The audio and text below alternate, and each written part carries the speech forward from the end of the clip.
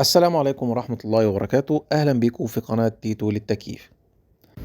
النهاردة هنتكلم بإذن الله عن مصطلح ال EER وال A2L، لأن جالي أسئلة عليهم برضو، فلازم نوضح معانيهم إيه وإيه علاقتهم بأجهزة التكييف.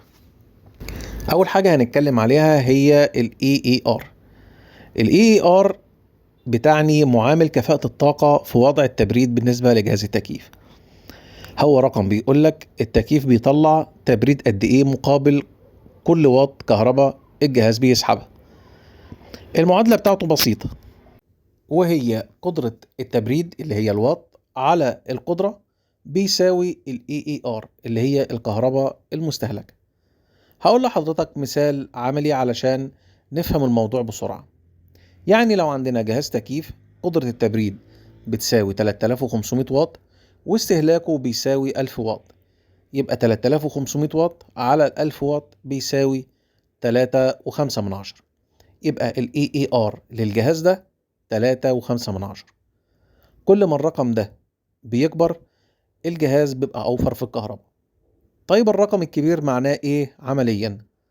لو جهازين نفس السعة، وليكن 1.5 حصان مثلا، جهاز 3.2 EER وجهاز 3.8 EER، الجهاز ال 3.8 EER هيسحب كهرباء أقل، هيوصل للتبريد أسرع، هيكون أوفر على مدار الموسم. في نقطة كمان اللي هي الفرق بين ال EER وال SEER. ال EER دي بتبقى كفاءة التكييف في ظروف تشغيل ثابتة، لكن ال SEER دي كفاءة موسمية على مدار الصيف كله، ودي طبعا بتبقى أدق في الأجهزة الإنفرتر. في الأجهزة الإنفرتر الحديثة بنهتم أكتر بال SEER. السؤال التاني اللي جالي وهو سؤال مهم جدا ولازم كل العملاء يفهموه كويس، يعني ايه A2L في الفريون؟ ال A2L في الفريون ده تصنيف امان بيتحط على غازات التبريد. التصنيف ده بيبقى على حسب معيار معين وبيتكون من حرف ورقم. الحرف بيبقى A او B. A او B ده بيشير للسمية بتاعت الفريون. يعني على سبيل المثال A بيبقى السمية بتاعته منخفضة وبيبقى في الاستخدام العادي، لكن البي بيبقى السمية بتاعته أعلى شوية. لكن الرقم 1 أو 3 أو 2 أو 2L ده بيشير لقابلية الاشتعال. 1 غير قابل للاشتعال، 2L قابل للاشتعال بنسبة ضعيفة وبانتشار لهب بطيء. طيب 2 بيبقى قابل للاشتعال، و3 بيبقى شديد الاشتعال. يبقى ال A2L لو جينا نوضحها، ال A سمية قليلة، ال 2L قابل للاشتعال بدرجة خفيفة ولهب بطيء في نفس الوقت، وده اللي بتصنف عليه فريون 32. طيب هل ده خطر؟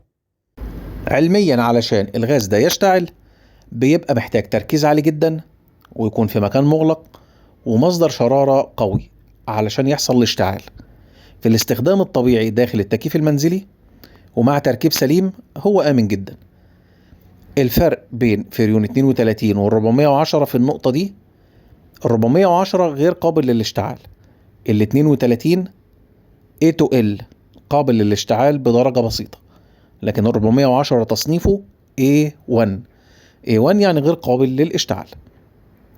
عشان كده الشركات بدأت تاخد احتياطات زي تصميم دوائر أكتر إحكام، حساسات أمان في بعض الموديلات، تعليمات تركيب بتكون دقيقة جدا، وطبعا في بعض نقط فنية لازم اللي بيركب الجهاز يكون واخد باله منها كويس جدا مع فريون 32، وهي إن ممنوع نستخدم شعلة جنب الجهاز اللي فيه تسريب، ولازم تهوية كويسة جدا أثناء الشحن، ويفضل استخدام عدة مخصصة لفريون 32. يعني في النهاية ال A2L مش معناه إن التكييف خطر، معناه إن الفريون قابل للاشتعال بدرجة بسيطة جدا، وده بيحتاج تركيب صح وحد يكون فاهم كويس جدا وهو بيركب الجهاز علشان ما يحصلش مشكلة لا قدر الله. أتمنى أن حضراتكم تكونوا استفدتوا معايا، والسلام عليكم ورحمة الله وبركاته.